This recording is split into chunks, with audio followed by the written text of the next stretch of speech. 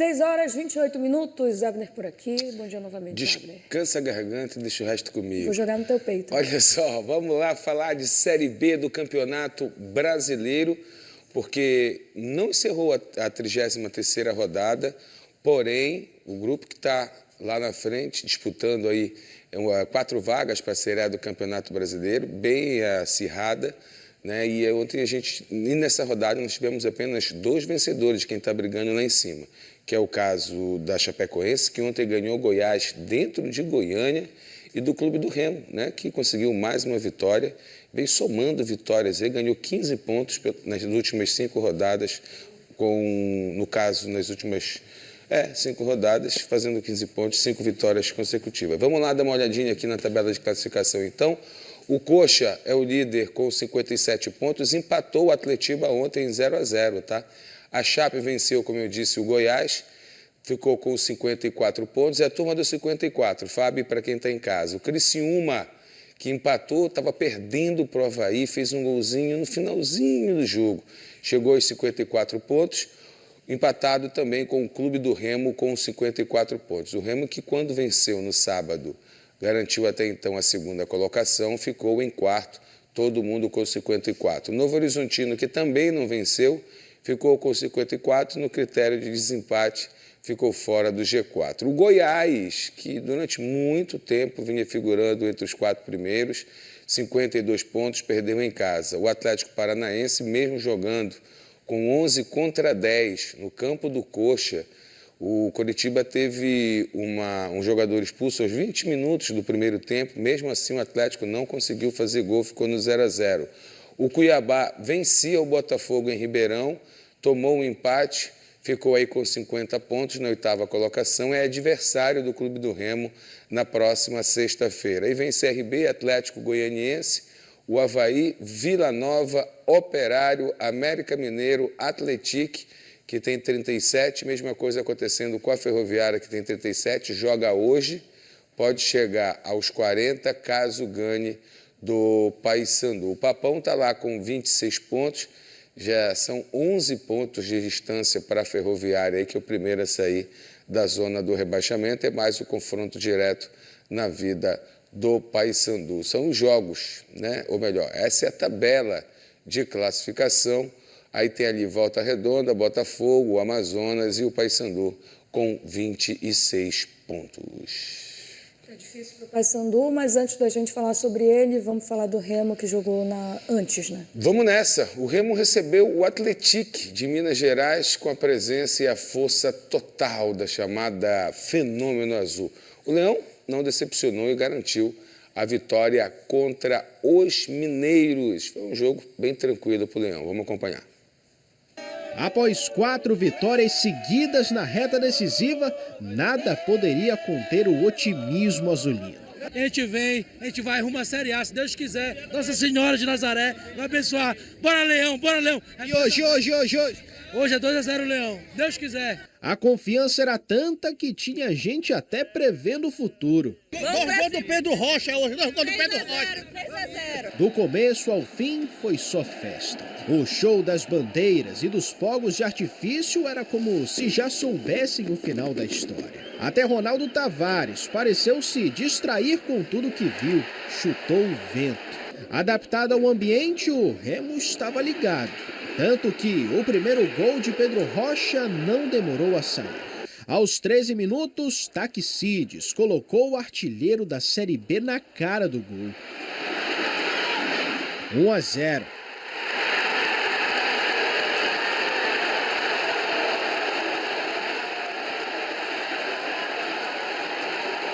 Logo depois, foi a vez do uruguaio mais azulino do mundo aparecer. Primeiro, Diego Hernandes fez a torcida suspirar, para momentos depois os fazer gritar de alegria. Foi o terceiro com a camisa do Remo, o terceiro de falta.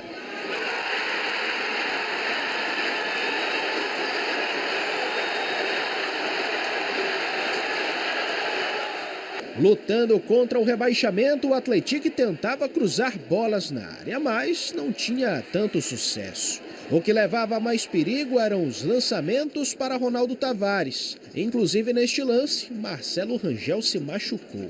Porém, foi em um lance para Janderson que o Remo quase ampliou. Só que o time mineiro ainda tinha uma outra arma. David Braga se infiltrou entre os zagueiros. Até se pensou que poderia ser impedimento, mas a condição era legal. 2-1. A vantagem de um gol era perigosa. O Remo precisava de tranquilidade e a encontrou através de Diego Hernandes, que em um lance mágico encontrou Pedro Rocha. 3-1.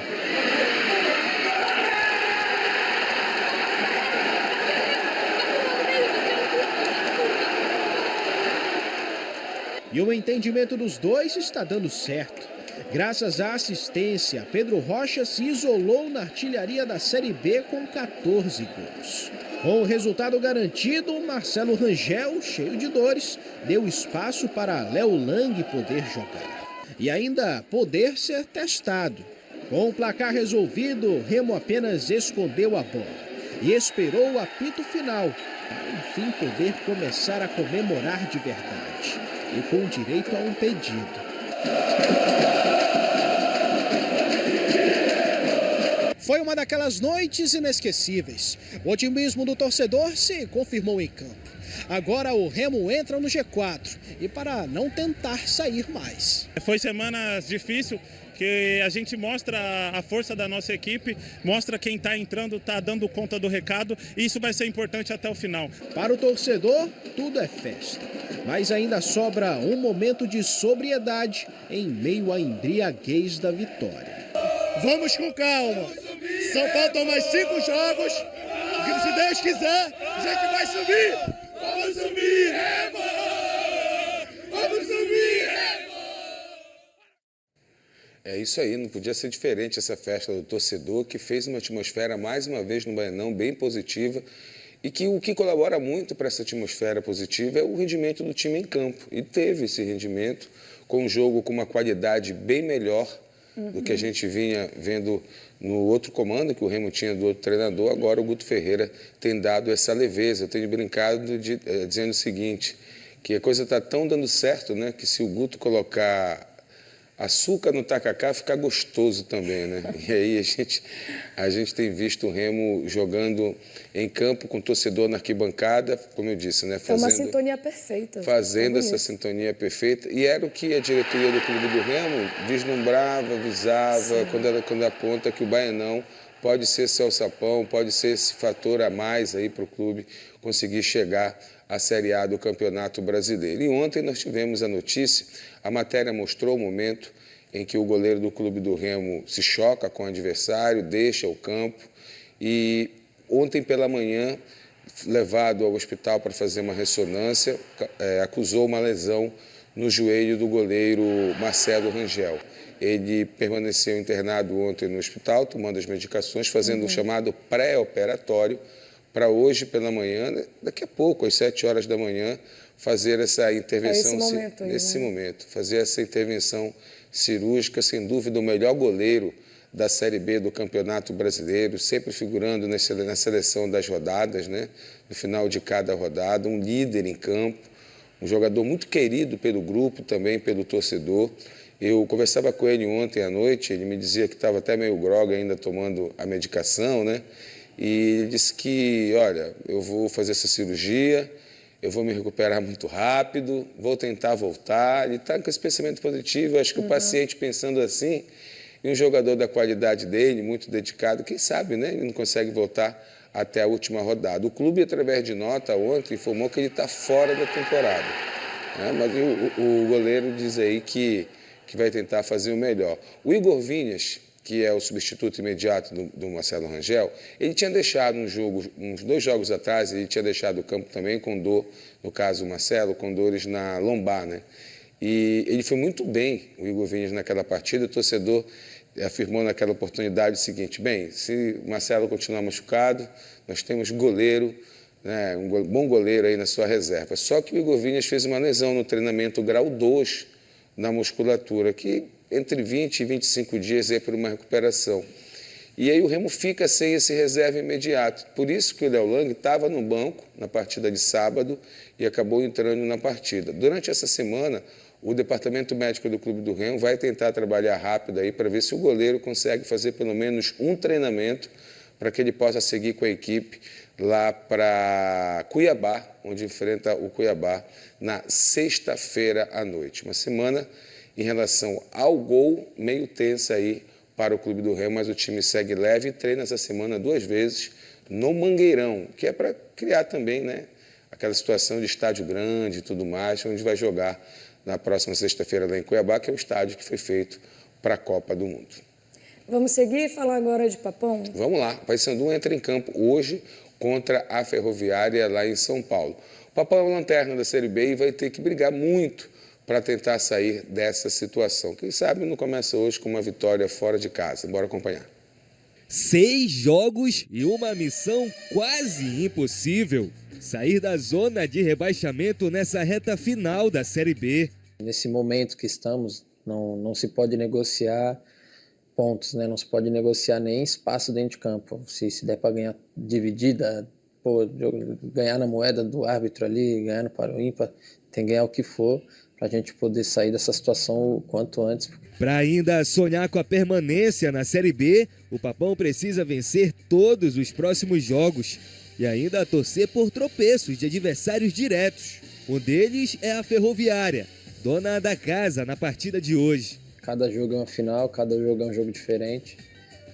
Não devemos pensar em ninguém, temos que sempre pensar no próximo jogo e estar pontuando o máximo possível. Infelizmente, tivemos um tropeço nos 2 últimos jogos, mas nada que vai nos abalar para nós continuarmos a nossa luta aí. A missão é difícil, mas a esperança permanece. Temos convicção que vamos conseguir sair, temos convicção que vamos lutar até o fim. Infelizmente, não gostaríamos de estar nesse cenário, mas agora que estamos, não vamos dar o braço a torcer. Eu mesmo não pulo do barco, vou até o final. Enquanto me quiserem, enquanto eu quiser ficar aí e lutar para sair daqui, eu vou dar meu máximo da minha vida, né?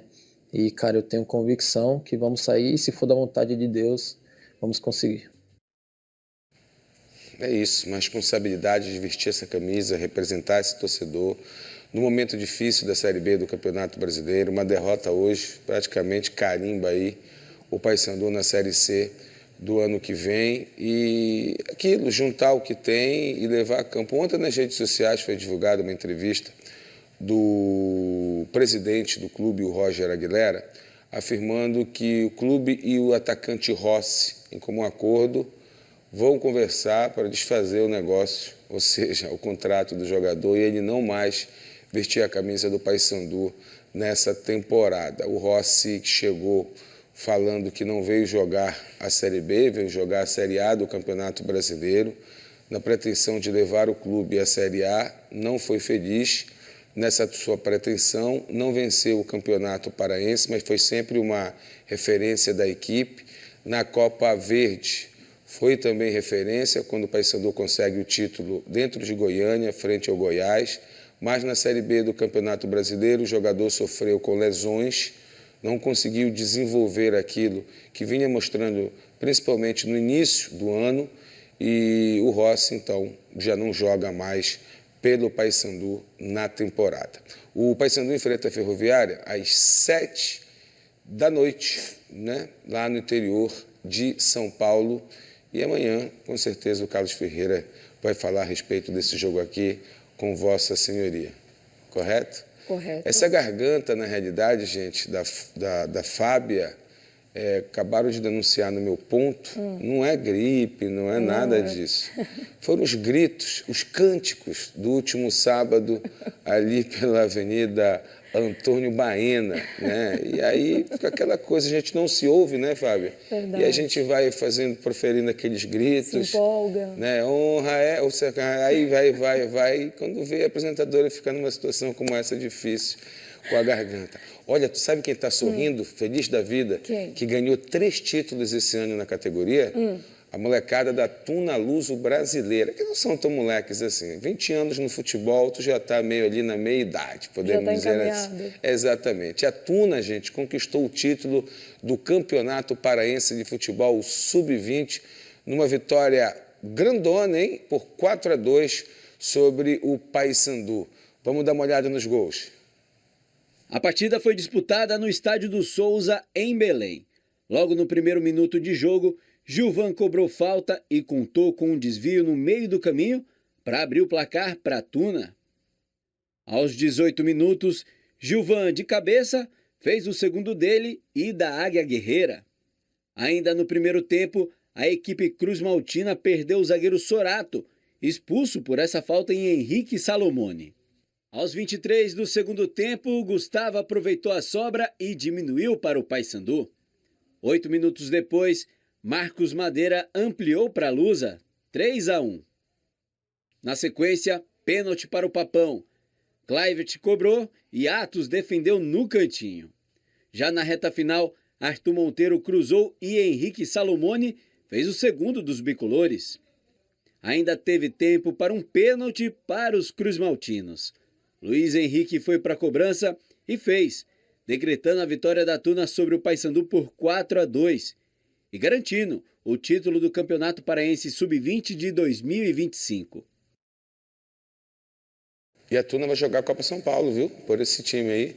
O Papão nem no Sub-20 conseguiu levar. 2 times muito bons, viu, Fábio? Eu fiz esse jogo, inclusive, para a Rádio Liberal, no sábado, e fiquei muito impressionado, né? A gente acompanha pouco a base, assim, né? Fiquei muito impressionado pela qualidade técnica, 2 times bem treinados, bem postados e posicionados dentro de campo. O placar ele não refletiu muito, né, o que foi o jogo, tanto é que o Paysandu chega a perder pênalti, chega a perder umas oportunidades também, um futebol alegre, vistoso. Esse jogo foi no campo da Tuna porque a Tuna exigiu que o regulamento fosse cumprido e fosse para sorteio. A federação tinha apontado o Mangueirão, mas no sorteio deu o estádio do Souza, a Tuna acabou jogando em casa. Esse lateral esquerdo da Tuna também é muito bom jogador que fez o gol. Se eu não me engano é o Madeira, né, que chamam para ele. E olha, foi um jogaço. Para quem diz que o futebol paraense não tem base sim.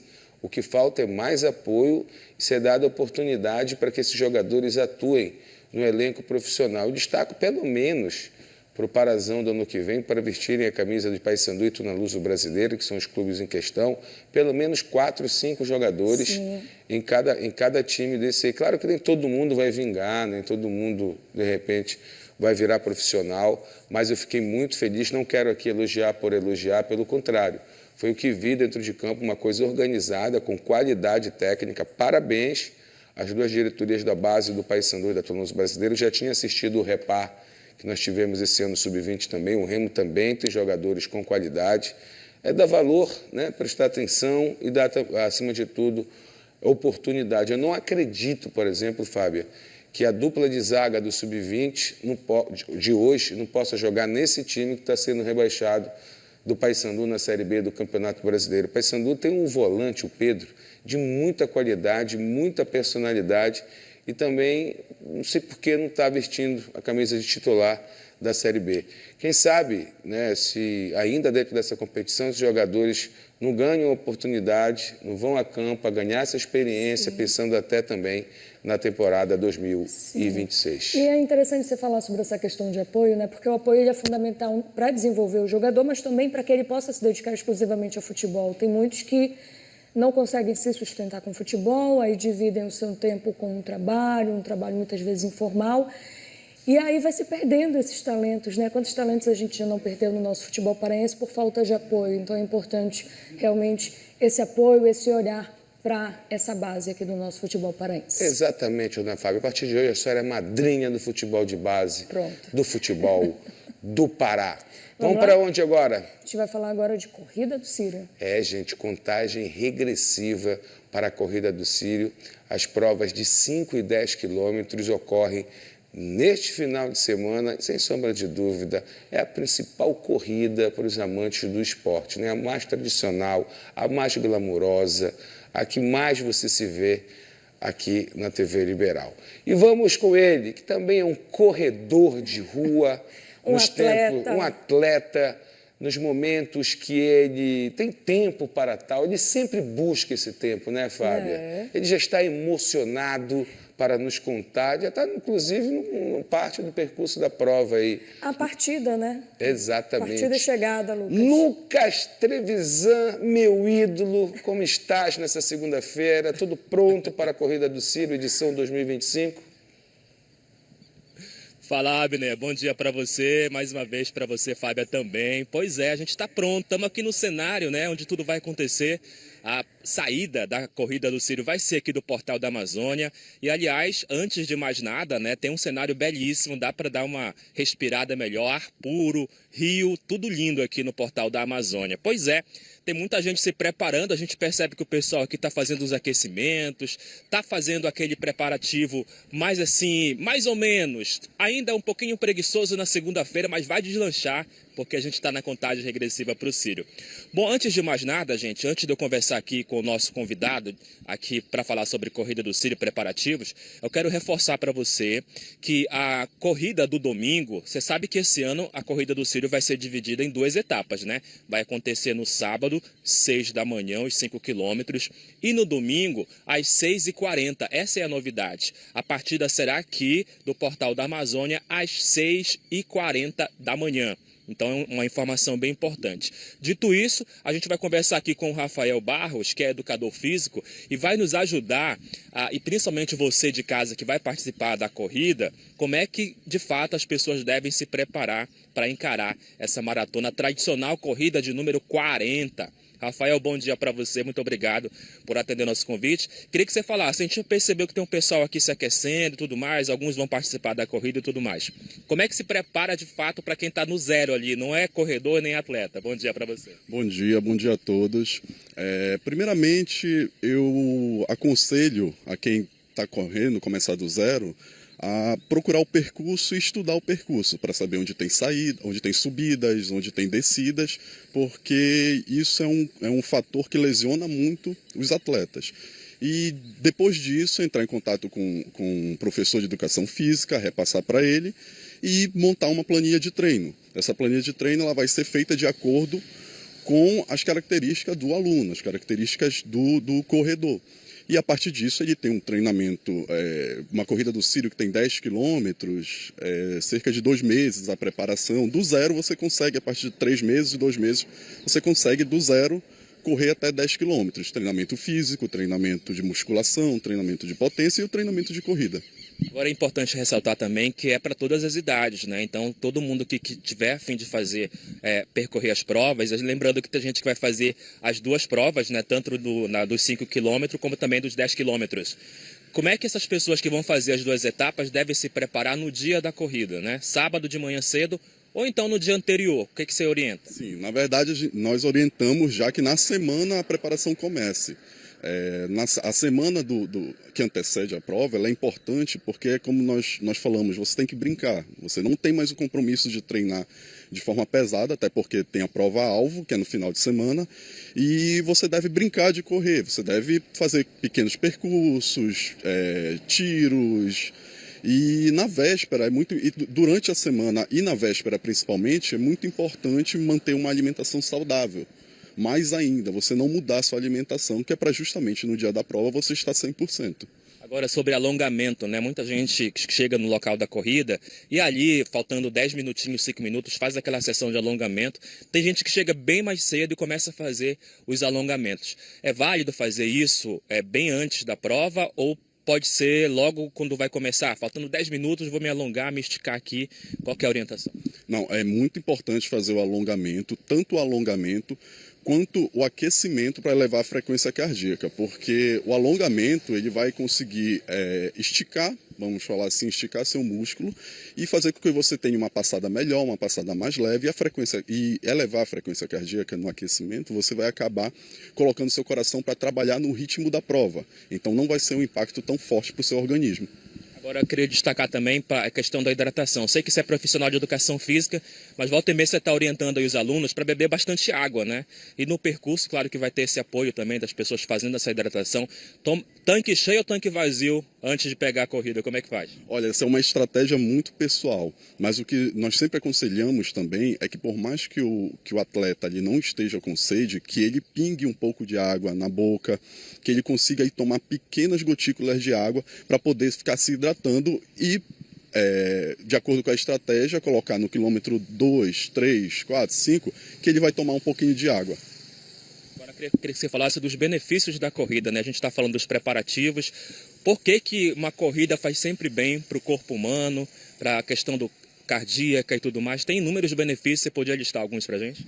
Olha, a corrida é um dos esportes mais democráticos que tem, porque você pode correr descalço. Se você não tiver um tênis, você corre descalço, de chinelo, com o que você tiver. E é muito importante, principalmente no processo terapêutico. Tem muita gente que eu conheço, inclusive alunos, que começaram na corrida de rua como uma forma de tentar um esporte, se apaixonou e hoje usa como parte do processo terapêutico. Rafael Barros, muito obrigado por sua participação aqui com a gente. O Rafael dando orientações bem importantes, né, para o pessoal que vai participar da corrida de número 40 esse ano com essa novidade, né? Vai acontecer em 2 etapas, tanto no sábado como também no domingo. Uma informação importante para você que vai participar: sábado, 6 da manhã, saída aqui do Portal da Amazônia.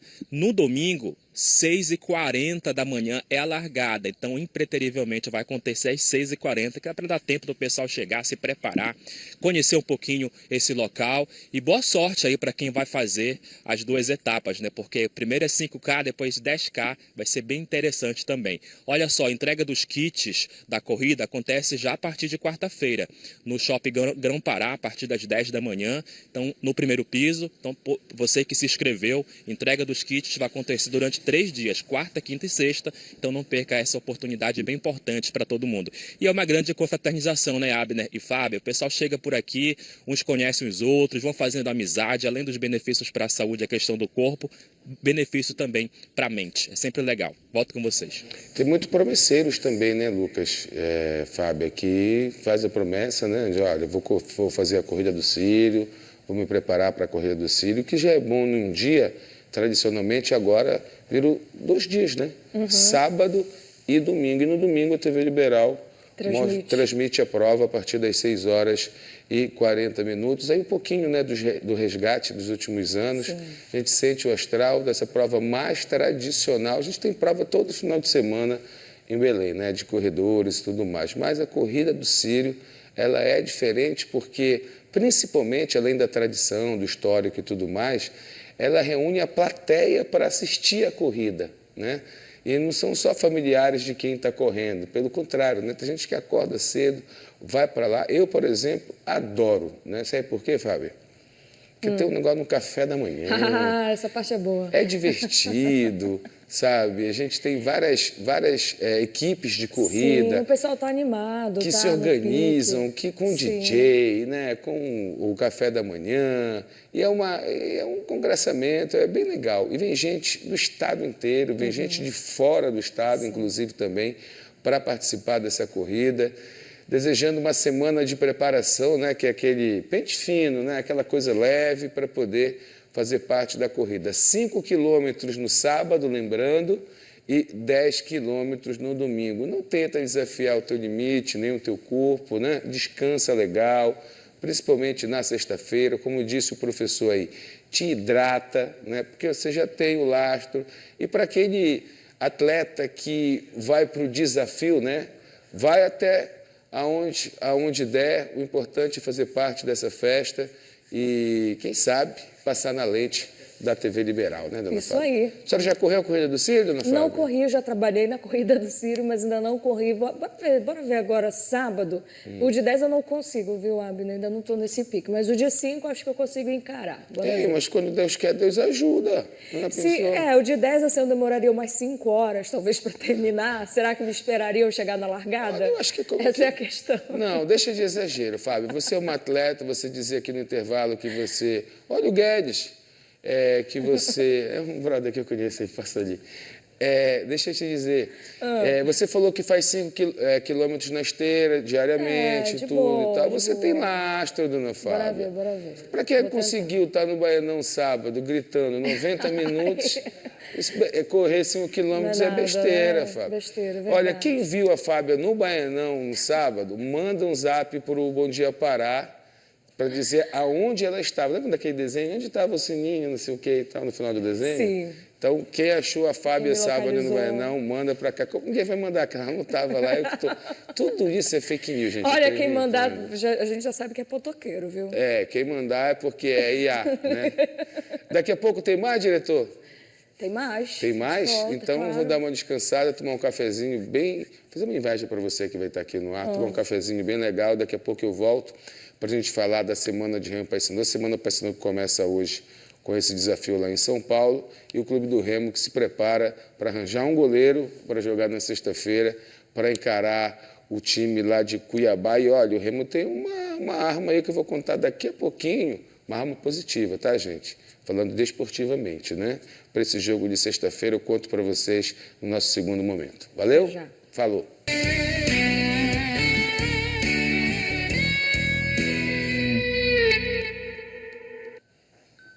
Vamos lá, segundo tempo do esporte. A Abner já chegando por aqui. Vamos lá para esse segundo tempo, para quem acordou um pouquinho mais tarde, né? Só chegou agora com a gente, a tabela da Série B do Campeonato Brasileiro. Tem olha, tinham 8 equipes disputando essas 4 vagas. Eu acredito que agora batemos para 6 equipes aí do Coritiba ao Goiás. Coritiba, 57 pontos, Chapecoense, 54, Criciúma, 54, Remo, 54.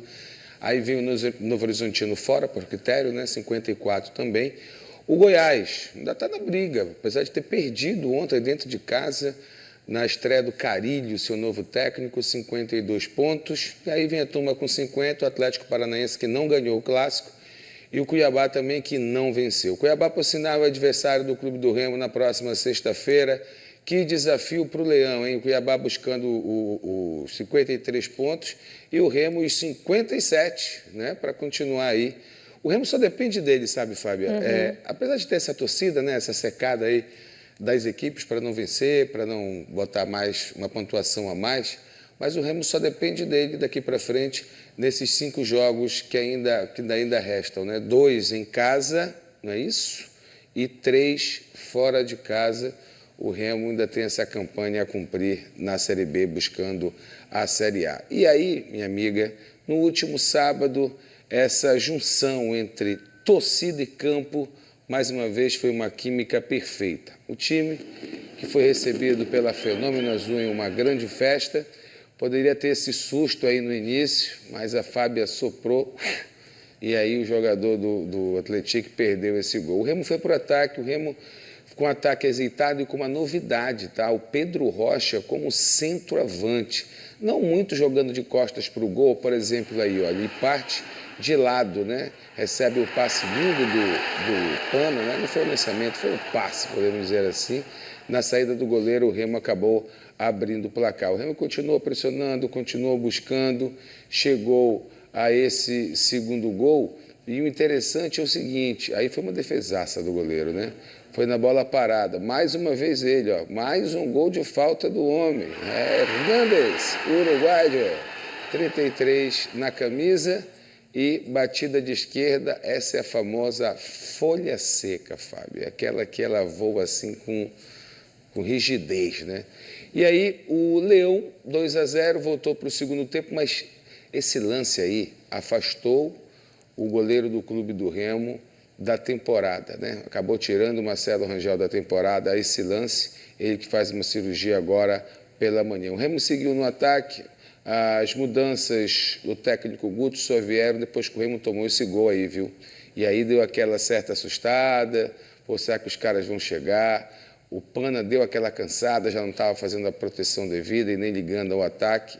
Aí mudou o banco do Remo toda a disposição do Guto e o Leão voltou para o ataque e matou a parada, né? Ou seja, foi o ataque, fez esse gol e aí sai com a vitória. Mais uma, né? Numa sequência exemplar. O Remo, pela campanha que tem feito nas últimas 5 rodadas, pode ser considerado o melhor time, né, em rendimento da Série B nesse momento, e num momento importante, Fábio, porque faltando 5 rodadas, você dá essa disparada, você encosta no G4, você faz todos nós acreditarmos que o Remo vai chegar na Série A do Campeonato Brasileiro. E aí, lamentável a situação do melhor goleiro. Esse é o Léo Lang, que entrou, né, e deu essa sustentação. O Igor Vinhas, que é o goleiro reserva, está com uma lesão de grau 2 na musculatura da perna e também pode ser desfalque para o Clube do Remo, não para toda a temporada, né, mas para esse jogo de sexta-feira. Eu disse há pouco, na minha primeira participação, que o Remo tem uma arma para esse jogo contra a equipe do Cuiabá, lá em Cuiabá, na sexta-feira. É o Guto Ferreira, ele montou esse time do Cuiabá, treinou a equipe do Cuiabá, disputou a Série B, jogou contra o Remo aqui, por exemplo, com o Cuiabá, e o Guto,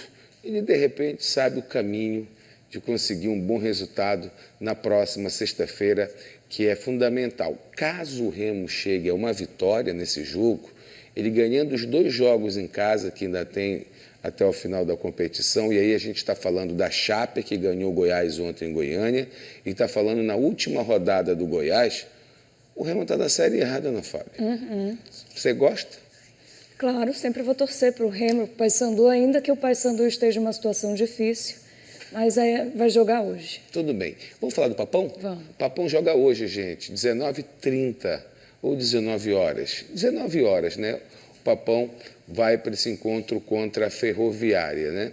Um resultado positivo, ele é fundamental, porque mais uma derrota, matematicamente, fica impossível do Paysandu não se despedir da Série B esse ano e jogar a Série C no ano que vem. Rossi, mais uma vez, não seguir com a delegação. O presidente informou que ele vai entrar no acerto com o jogador.